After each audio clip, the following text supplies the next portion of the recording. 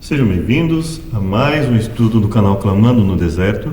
Neste momento, nós vamos estudar a lição número 3 da Escola Sabatina. Escola Sabatina, caso você queira, provados pelo fogo, é a lição desse trimestre. E logo mais nós oraremos e iniciaremos o estudo. Espero que seja útil, espero que Deus esteja conosco em todos os momentos, que o Espírito Santo aperfeiçoe em nós a mensagem. Logo mais nós iniciaremos com oração. Amém?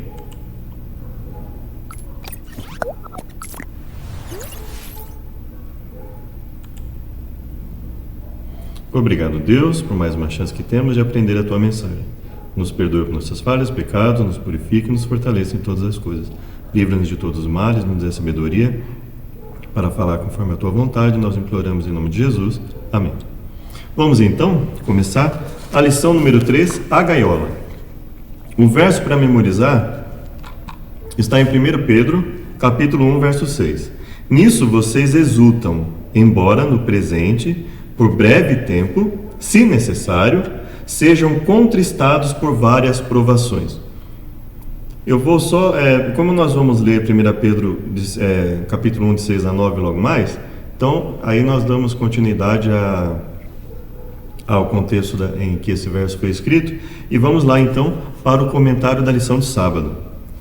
À plena luz do dia, e ouvindo a música de outras vozes, o pássaro engaiolado não aprenderá a canção que o dono procure lhe ensinar.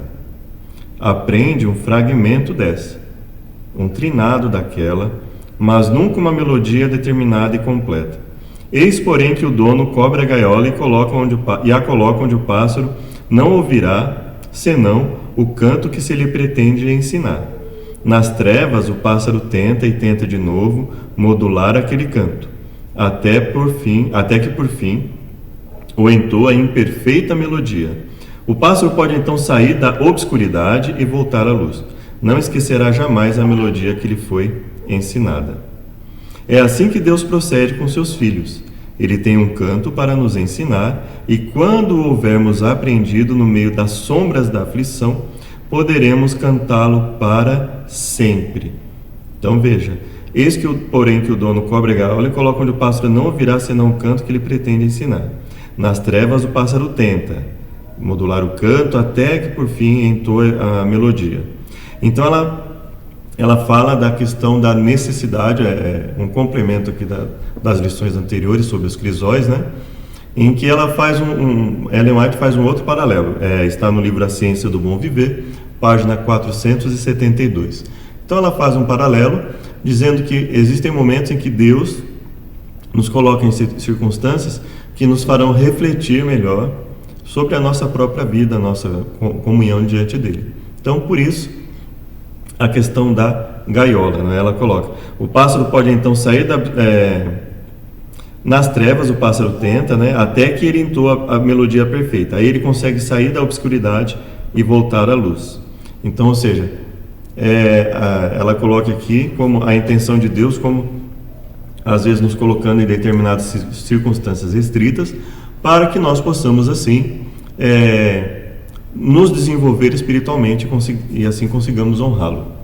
E obviamente isso vai ter benefícios para nós, porque a obediência à vontade de Deus basicamente nos leva a circunstâncias cada vez melhores na nossa mente, no nosso corpo, na nossa vida. Observe que quem leva o pássaro para as trevas é o próprio dono. É fácil compreender que Satanás causa dor, mas o próprio Deus participaria ativamente em nos conduzir a crisóis em que experimentamos confusão e sofrimento. O próprio Deus participaria ativamente em nos conduzir a crisóis em que experimentamos confusão e sofrimento? Então essa é uma pergunta que a lição coloca. É claro que Deus permite uma série de coisas, e há momentos em que o próprio Deus nos coloca em circunstâncias que nos façam refletir. E isso vai ser visto por nós como uma gaiola, porque nós estamos em uma situação restrita. E a própria busca, quando a própria obediência a Deus, ela nos vai restringindo, né? E muitas vezes nos dá aquela impressão de prisão, quando na verdade, quando nós nos livramos das trevas, nós percebemos que na verdade Deus estava nos livrando da prisão das trevas e nos colocando no caminho da liberdade e da luz. Que exemplos há na Bíblia em que o próprio Deus conduziu pessoas a experiências que ele sabia que causariam sofrimento? Na sua opinião, que cânticos novos ele queria que aprendessem? Então vamos lá para a lição de domingo. Êxodo 14, verso 10. É o verso da lição de domingo e o título é: Indo à terra prometida por um beco sem saída. E chegando Faraó, os filhos de Israel levantaram os olhos e eis que os egípcios vinham atrás deles e ficaram com muito medo. Então os filhos de Israel clamaram ao Senhor. Você já foi vítima de uma armação conduzida a uma armadilha ou um beco sem saída? Veja, chegando Faraó, os filhos de Israel levantaram os olhos e eis que viam os egípcios atrás deles e ficaram com muito medo. Então os filhos de Israel clamaram ao Senhor. Em alguns casos pode ser bom, como adentrar inesperadamente em uma sala onde amigos o aguardam e todos gritam surpresa, feliz aniversário. Outras vezes pode ser um choque. Talvez você tenha sido vítima de bullying na época da escola ou um colega de trabalho tenha tentado fazer com que você parecesse mal. Do dia em que os israelitas deixaram o Egito até chegarem à terra prometida, o Senhor ia adiante deles durante o dia numa coluna de nuvem para os guiar pelo caminho e durante a noite numa coluna de fogo para os iluminar, a fim de que caminhassem de dia e de noite. Êxodo 13, 21. Cada parte da jornada foi conduzida por Deus, mas olhe para onde ele os levou primeiro, ao lugar em que o mar estava diante deles. Havia montanhas de um lado e de outro, e o exército de Faraó vindo logo atrás. Leia Êxodo 14, vamos ver então em Êxodo 14. Êxodo 14, então vamos lá. Porque Deus levou os israelitas a um lugar em que sabia que eles ficariam amedrontados, ou porque ele permitiu, né? Não só permitiu, mas ele guiou, né? Os guiou até ali. Nós vamos então para o texto de Êxodo 14. Então falou o Senhor a Moisés dizendo: Fala aos filhos de Israel que voltem e que se acampem diante de Pi-Hairote, entre Migdol e o mar, diante de Baal-Zefon. Em frente dele assentareis o campo junto ao mar. Então Faraó dirá dos filhos de Israel: Estão embaraçados na terra, o deserto os encerrou. E eu endurecerei o coração de Faraó para que os persiga, e serei glorificado em Faraó e em todo o seu exército. E saberão os egípcios que eu sou o Senhor. E eles fizeram assim. Sendo, pois, anunciado ao rei do Egito que o povo fugia, mudou-se o coração de Faraó e dos seus servos contra o povo e disseram: Por que fizemos isso? Havemos deixado ir a Israel para que não nos sirva? E aprontou o seu carro, tomou consigo o seu povo. E tomou 600 carros escolhidos, e todos os carros do Egito, e os capitães sobre eles todos. Porque o Senhor endureceu o coração de Faraó, rei do Egito, para que perseguisse aos filhos de Israel. Porém os filhos de Israel saíram com alta mão. E os egípcios perseguiram-nos, todos os cavalos e carros de Faraó, e os seus cavaleiros e seu exército, e alcançaram-nos acampados junto ao mar, perto de Pi-Hairote, diante de Baal-Zefon. E aproximando o Faraó, os filhos de Israel levantaram os olhos. Aqui nós temos então o verso, né?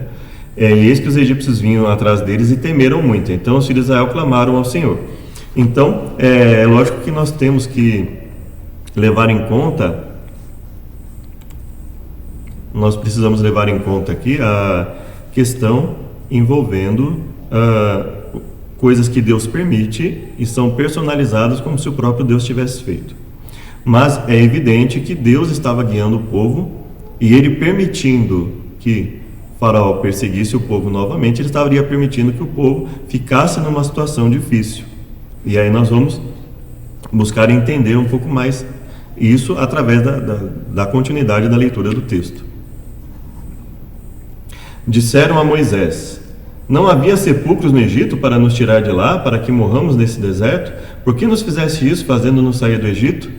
Então perceba que, olha a diferença entre pessoas. Enquanto algumas pessoas servem a Deus com tanta dedicação, que mesmo diante das dificuldades, das perseguições, dos sofrimentos, elas buscam ainda mais a Deus,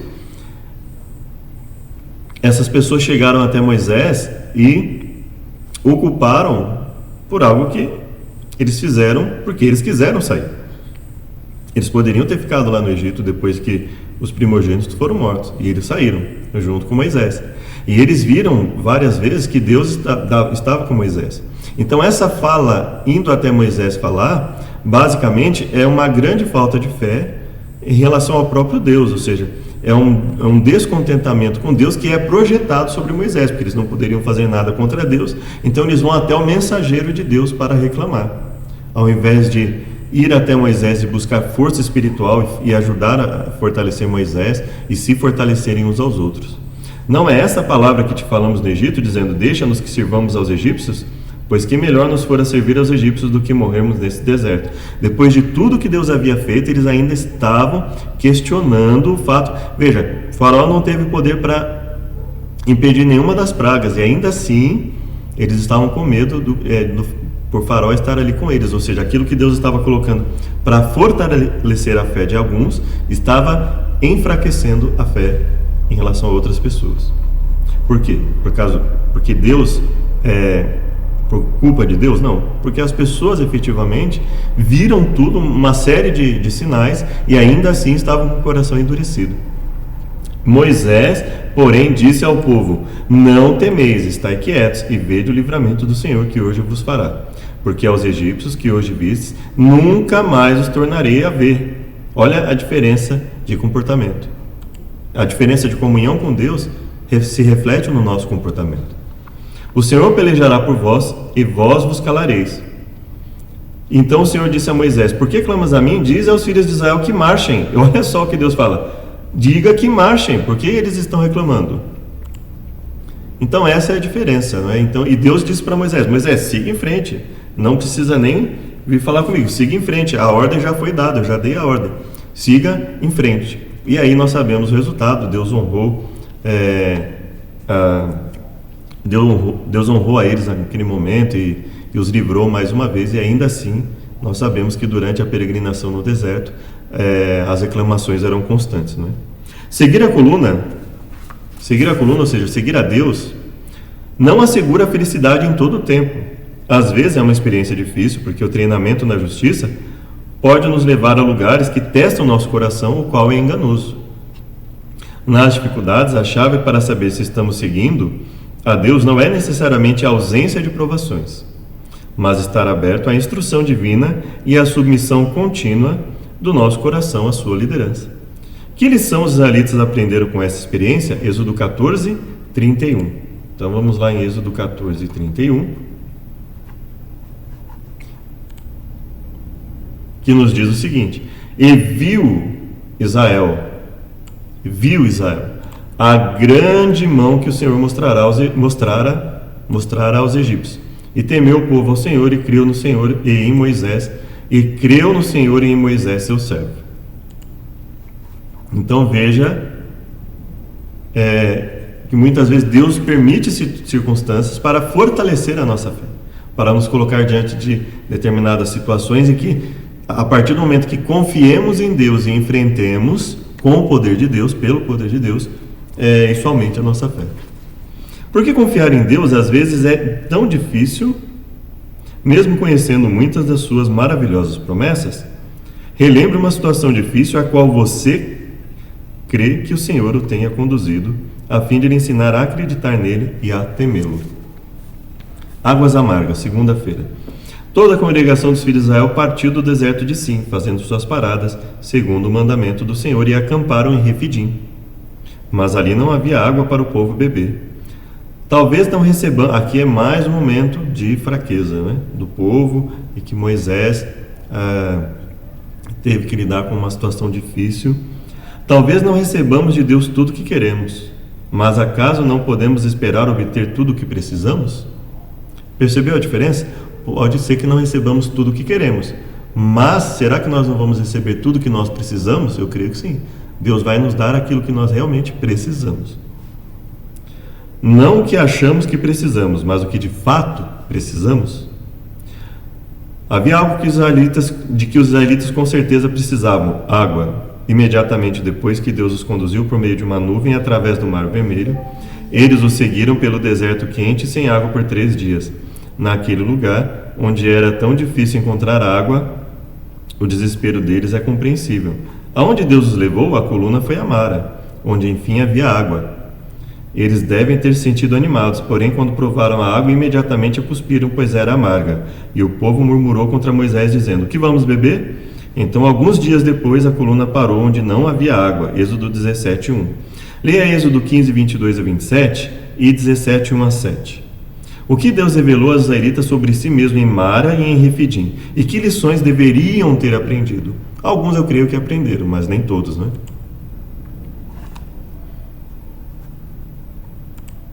Êxodo 15, 22 a 27. Depois fez Moisés partir os israelitas do Mar Vermelho e saíram ao deserto de Sur. E andaram 3 dias no deserto e não acharam água. Então chegaram a Mara, mas não puderam beber as águas de Mara porque eram amargas. Por isso o lugar se chamou Mara. E o povo murmurou contra Moisés, dizendo: Que havemos de beber? E ele clamou ao Senhor, e o Senhor mostrou-lhe uma árvore, que lançou nas águas, e as águas se tornaram doces. As águas se tornaram potáveis, né? Aptas ao uso, a beber e a outros usos. Ali lhes deu estatutos e uma ordenança, e ali os provou. Ali deu estatutos e ordenança e os provou, ou seja, mostrou a eles que a palavra dele deve ser obedecida, deve-se ter fé na providência divina. E disse: se ouvires atento à voz do Senhor teu Deus, e fizeres o que é reto diante dos seus olhos, e inclinares os teus ouvidos aos seus mandamentos, e guardares todos os seus estatutos, nenhuma das enfermidades porei sobre ti, que pus sobre o Egito, porque eu sou o Senhor que te sara. Então vieram a Elim, e havia ali 12 fontes de água e 70 palmeiras, e ali se acamparam junto das águas. Veja o que ele diz aqui, ele faz uma clara distinção entre o santo e o profano. Ele fala: olha, se vocês me obedecerem, nenhuma das enfermidades porei sobre ti que pus sobre o Egito. Ou seja, ele está falando, se vocês seguirem um caminho diferente daqueles que profanam o meu nome, profanam a minha vontade, eu permitirei que vocês não tenham essas enfermidades. Por quê? Porque vocês terão uma vida de saúde, vocês terão uma higiene adequada, vocês se respeitarão, então vocês não vão passar pelas enfermidades em que essas pessoas que não me obedecem passaram. E passaram por quê? Passaram simplesmente porque rejeitaram o plano de Deus concedido a cada ser humano. Agora, Êxodo 17, 1 a 7. Depois toda a congregação dos filhos de Israel partiu do deserto de Sim pela sua jornada, segundo o mandamento do Senhor, e acampou em Refidim. Não havia ali água para o povo beber. Veja, segundo o mandamento do Senhor. Então contendeu o povo com Moisés novamente e disse: Dá-nos água para beber. E Moisés lhes disse: Por que contendeis comigo? Por que tentais ao Senhor? Tendo, pois, ali o povo sede de água, o povo murmurou contra Moisés e disse: Por que nos fizeste subir do Egito para nos matares de sede, a nós, a nossos filhos, ao nosso gado? E clamou Moisés ao Senhor. Lembra lá do verso, segundo o mandamento do Senhor, e eles foram contra Moisés novamente. Moisés clamou ao Senhor novamente, dizendo: Que farei a esse povo? Daqui a pouco me apedrejará. E disse o Senhor a Moisés: Passa diante do povo e toma contigo alguns dos anciãos de Israel, toma na tua mão a tua vara com que feriste o rio e vai. E eis que eu estarei ali diante de ti sobre a rocha em Horebe. E tu ferirás a rocha, e dela sairão águas, e o povo beberá. E Moisés assim fez diante dos olhos dos anciãos de Israel. Chamou aquele lugar de Massá e Meribá, por causa da contenda dos filhos de Israel, e porque tentaram ao Senhor, dizendo: Está o Senhor no meio de nós ou não? Está o Senhor no meio de nós ou não? Deus já havia mostrado de forma miraculosa o seu poder, a sua providência ali nas águas, no local que foi chamado Mara, de águas amargas. E depois disso, eles veja que constantemente eles agiam como de uma forma, de certa forma até impositiva, diante de tantas coisas que Deus fazia, e Deus ali buscando transformar. Era difícil, né? Assim como muitas vezes é difícil nos transformar. Deus buscando transformar a cada dia essas pessoas. Em Refidim, que pergunta fizeram aos filhos de Israel? Você já fez a mesma pergunta? Se sim, e por quê? Como sentiu e que lições aprendeu após obter a resposta?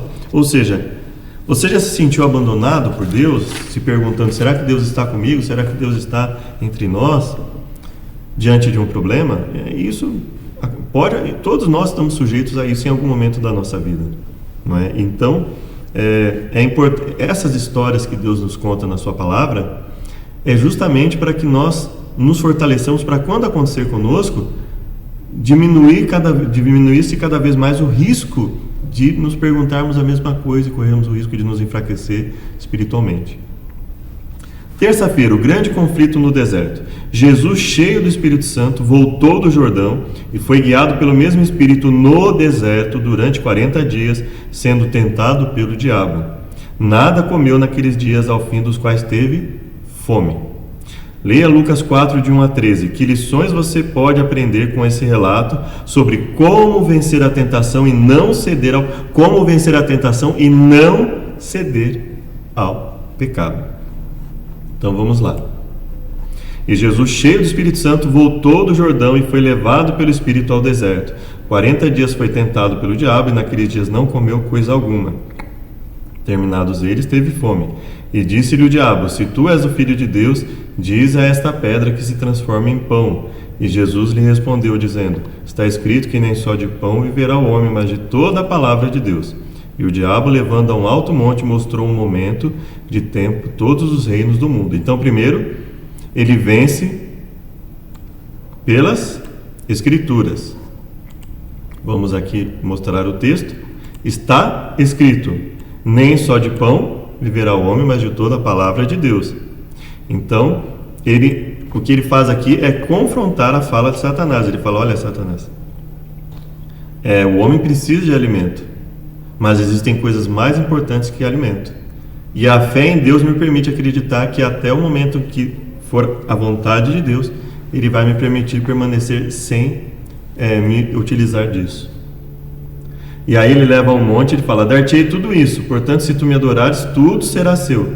E aí Jesus vai lá e repreende, dizendo: vai para trás de mim, Satanás, porque está escrito: adorarás o Senhor e só a Ele servirás. Então, Jesus venceu não só essas, mas todas as tentações e provas da sua vida, porque ele estava constantemente alicerçado na palavra. Levou também a Jerusalém, pôs sobre o pináculo do templo e disse: se tu és o Filho de Deus, lança-te daqui abaixo, porque está escrito: mandará os seus anjos para que te guardem e que te sustenham nas mãos, para que nunca tropece em alguma pedra. E Jesus respondeu: também está escrito: não tentarás o Senhor teu Deus. Então aqui Jesus deu mais uma aula de interpretação de texto. Ele fala: olha, isso que está aqui não é para justificar os erros, para justificar tentar a Deus, não é para isso que isso foi escrito na Escritura. É para mostrar que nos momentos em que o ser humano passar por alguma dificuldade, Deus vai ser a sua provisão, e não para dizer que o ser humano deve voluntariamente buscar desnecessariamente momentos de tentação, de provação. Tentações podem ser bem difíceis, pois apelam para coisas que desejamos muito e sempre parecem chegar nos momentos em que nos encontramos mais fracos. Lucas 4 apresenta a tentação de Jesus por Satanás e revela questões difíceis. À primeira vista, parece que o Espírito Santo conduziu Jesus à tentação. No entanto, Deus não nos tenta, mas obviamente Deus conduziu ali ao local que ele seria tentado, ou seja, Deus permitiu, mas permitiu em que circunstâncias? Deus o fortaleceu, permitiu, assim como ele permite que Satanás nos tente, Deus não nos tenta. E a Bíblia fala que muitas vezes nós somos tentados pela nossa própria cobiça, não é? Então, e é isso que a lição coloca, né? Tiago 1,13. Em vez disso, Deus nos leva a crisóis. O que causa impacto ao lermos Lucas 4 é que o Espírito pode nos levar a provas que nos deixam expostos a tentações de Satanás. Não que Deus nos tente, mas Ele permite, Ele nos fortalece e nos dá condições de vencer a tentação. Não há nenhuma tentação que não possamos suportar. Antes, com ela, provê o escape. Frequentemente, quando nos encontramos em situação difícil, duvidamos de que tenhamos sido guiados pelo Espírito de Deus.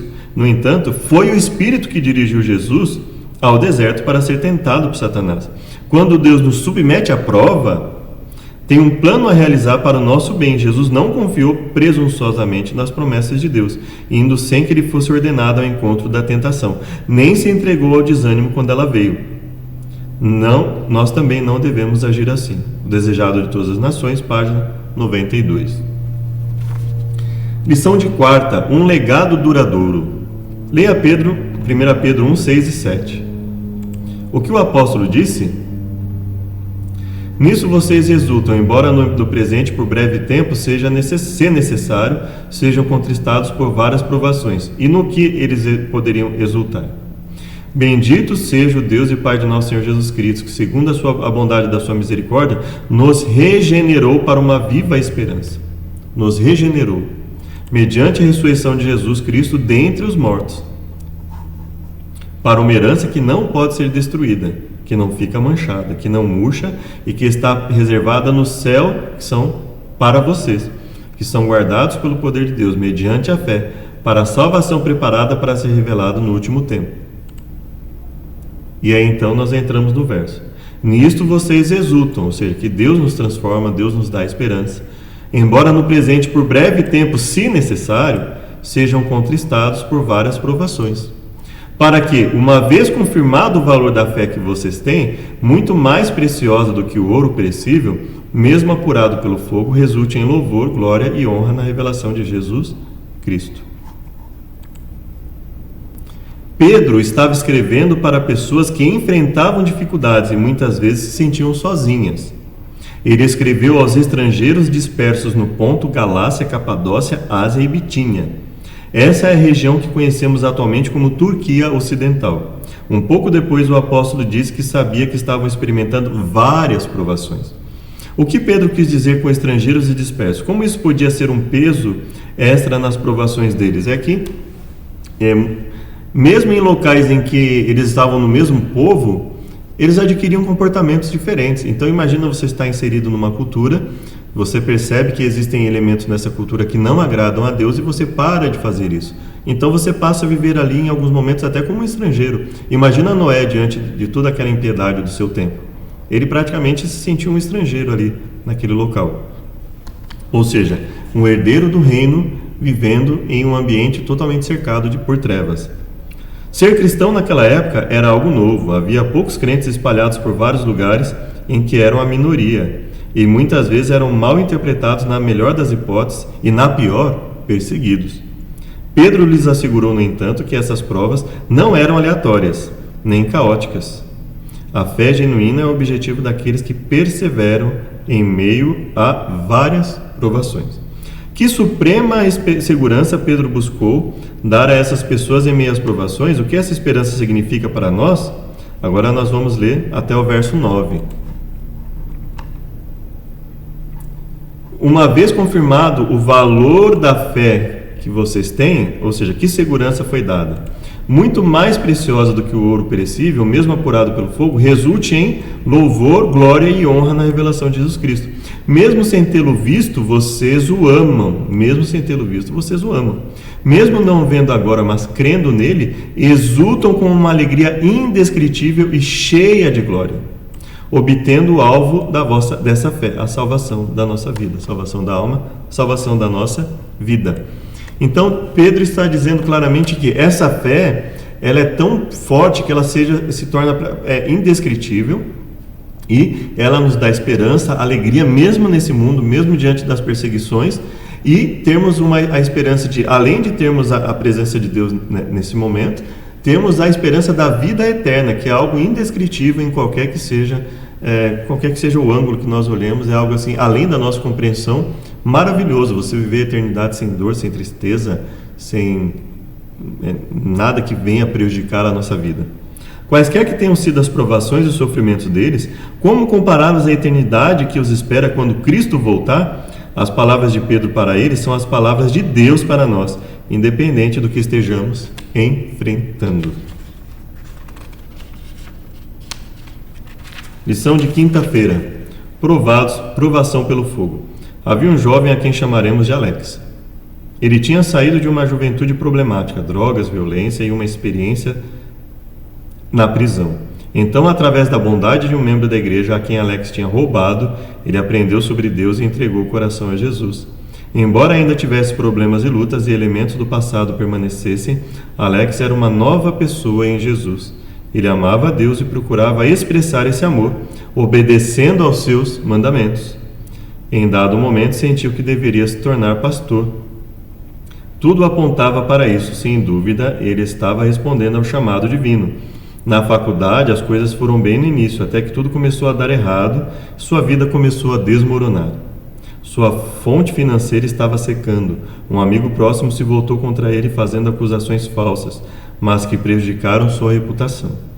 Em seguida, ele adoeceu e não conseguia se recuperar. Ninguém sabia o que ele tinha, e isso impactou seus estudos de modo que ele temeu ter que abandoná-los. Além disso, ele sofria tentações com drogas disponíveis na comunidade, e chegou um momento em que cedeu à tentação. Alex não conseguia entender por que tudo isso estava acontecendo, especialmente porque tinha certeza de que o Senhor o havia conduzido àquela faculdade. Será que Alex estava enganado a esse respeito? Caso estivesse, toda a sua experiência com Deus tinha sido um enorme erro? Até os elementos mais básicos de sua fé estavam sendo postos em dúvida. Imagine que em meio a essa crise, Alex fosse até você, até mim, pedindo um conselho. O que nós diríamos a ele? Que experiências você teve que poderiam ajudá-lo? Que versos bíblicos você usaria? Os seguintes textos seriam úteis nessa situação. Isso é uma questão bastante particular em termos de testemunho, mas creio que cada um de nós contaria um pouco do testemunho da nossa vida, as dificuldades que passamos e como Deus nos ajudou a vencer. E aí nós vamos então começar com Provérbios 3. Filho meu, não te esqueças da minha lei e o teu coração... Deixa eu pôr aqui Não te esqueças da minha lei, o teu coração guarda os meus mandamentos, porque eles aumentarão os teus dias e te acrescentarão anos de vida e paz. Não te desampare a benignidade e a fidelidade, ata-os ao teu pescoço, escreve-os na tábua do teu coração, e acharás graça e bom entendimento aos olhos de Deus e do homem. Confia no Senhor de todo o teu coração e não te estribes no teu próprio entendimento. Ou seja, mesmo no sofrimento, confia no Senhor, não podemos agir segundo o nosso próprio entendimento. Será que Deus nos abandonou? Isso nos destrói. Reconhece-o em todos os teus caminhos e ele endireitará as tuas veredas. Não seja sábio aos teus próprios olhos. Teme ao Senhor e aparta-te do mal. Isso será saúde para o teu âmago e medula para os teus ossos. Honra ao Senhor com os teus bens, com a primeira parte de todos os teus ganhos. Se encherão os teus celeiros, transbordarão de vinho os teus lagares. Filho meu, não rejeites a correção do Senhor, nem te enojes da sua repreensão. Estar com Deus quando tudo vai bem, aparentemente é fácil, mas quando as coisas dão errado, ou quando Deus tem que nos repreender, nos corrigir, aí nós estamos numa situação difícil. Porque o Senhor repreende aquele a quem ama, assim como o pai ao filho a quem quer bem. E aí ele continua falando da vida longa de dias, nós teremos os caminhos de Deus, árvore da vida aos que dela tomam. O Senhor com sabedoria fundou a terra, não se apartem essas coisas dos teus olhos. Quando te deitares não temerás, ao contrário, o teu sono será suave quando te deitares. Isso significa que não vai haver problemas? Não, isso significa que Deus nos dará força para resistir aos problemas.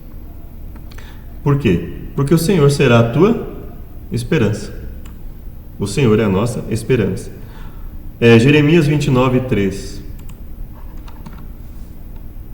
13. Buscar-me-eis e me achareis quando me buscares de todo o vosso coração. Ele fala, porque eu sei os pensamentos que tenho a vosso respeito, diz o Senhor, pensamentos de paz e não de mal, para vos dar o fim que esperais. Então me invocareis e ireis e orarei a mim e eu os ouvirei. Quando? Porque assim diz o Senhor, certamente que passados 70 anos em Babilônia, vos visitarei e cumprirei sobre vós a minha boa palavra, tornando-vos a este lugar. Então Deus está dizendo para eles, olha, veio o período de correção e eu vos livrarei desse momento que eu permiti acontecer determinadas coisas com vocês, mas não se esqueça que quando vocês me buscarem de todo o coração, eu apareço, eu estou ali sempre, onde sempre estive, ao lado de vocês. Mas aí Deus não força ninguém, então Ele depende da nossa busca sincera, leal a Ele. Romanos 8, 28. E sabemos que todas as coisas contribuem juntamente para o bem daqueles que amam a Deus, daqueles que são chamados segundo o seu propósito. Verso 27. Aquele que examina os corações sabe qual é a intenção do Espírito. É Ele que, segundo Deus, intercede pelos santos. Então, A Bíblia fala que Ele nos predestinou, ou seja, Ele nos dá um destino certo, Ele nos dá a chance, Ele quer que todos sejam o quê? Sejamos conformes à imagem do Seu Filho, a fim de que Ele seja o primogênito entre muitos irmãos. Então o que Ele está dizendo para nós é o que, olha, independente do que aconteça, Deus, Ele já estabeleceu que pelo poder dele, se nós nos apegarmos a Ele, nós nos tornaremos cada vez mais conforme a imagem do próprio Jesus Cristo. Por isso que Paulo fala, nós temos a mente de Cristo. Sexta-feira, textos de Ellen White, Patriarcas e Profetas 281 a 290 e 291 a 302, o Êxodo e o Mar Vermelho, o Sinai e a tentação de Jesus no desejado de todas as nações. Na antiguidade, o Senhor conduziu o seu povo a Refidim e pode decidir levar-nos para lá a fim de testar nossa fidelidade e lealdade para com Ele. Em misericórdia para conosco, Ele nem sempre nos coloca nos lugares mais fáceis, pois se o fizesse, em nossa autossuficiência, nos esqueceríamos de que o Senhor é nosso ajudador em tempos de necessidade. Em todos os momentos, mas principalmente nós percebemos isso nos momentos de necessidade. Ele anseia se manifestar a nós e revelar os suprimentos abundantes ao nosso dispor, e permite que nos venham provas para reconhecermos nossa limitação e aprendermos a recorrer ao seu auxílio.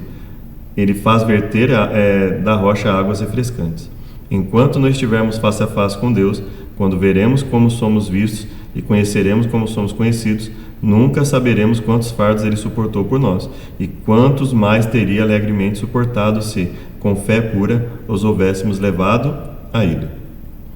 Então o que ela diz aqui é, Deus permite que nós passemos por momentos difíceis para nos moldar o nosso caráter, reconhecermos nossa dependência dEle.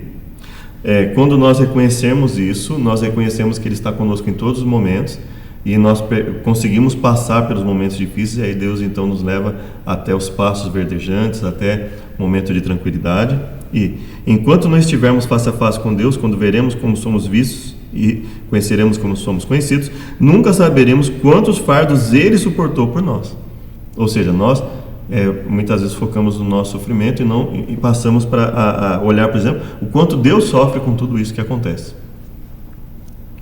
Então, as perguntas para consideração têm respeito à tentação como algo individual, mas existe alguma tentação coletiva contra as quais nós, como grupos, devemos nos proteger? Você já foi levado a lugares desagradáveis? Deus permite que sejamos purificados por provas. Contudo, como entender as provas que parecem não ter valor, como uma morte repentina por acidente? É a questão da injustiça. Deus nos mostra que justiça só pode haver num reino em que Ele seja obedecido plenamente. A oração intercessória nos ajuda a resistir às provações e nos manter fiéis?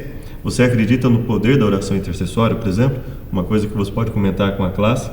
Conhece alguém que, tendo enfrentado provas, se desviou do caminho? O que podemos fazer de forma tangível, alcançável, para ajudar e conduzir essa pessoa? Ou seja, como podemos ajudar essa pessoa para que ela tenha mais condições de se voltar a Deus?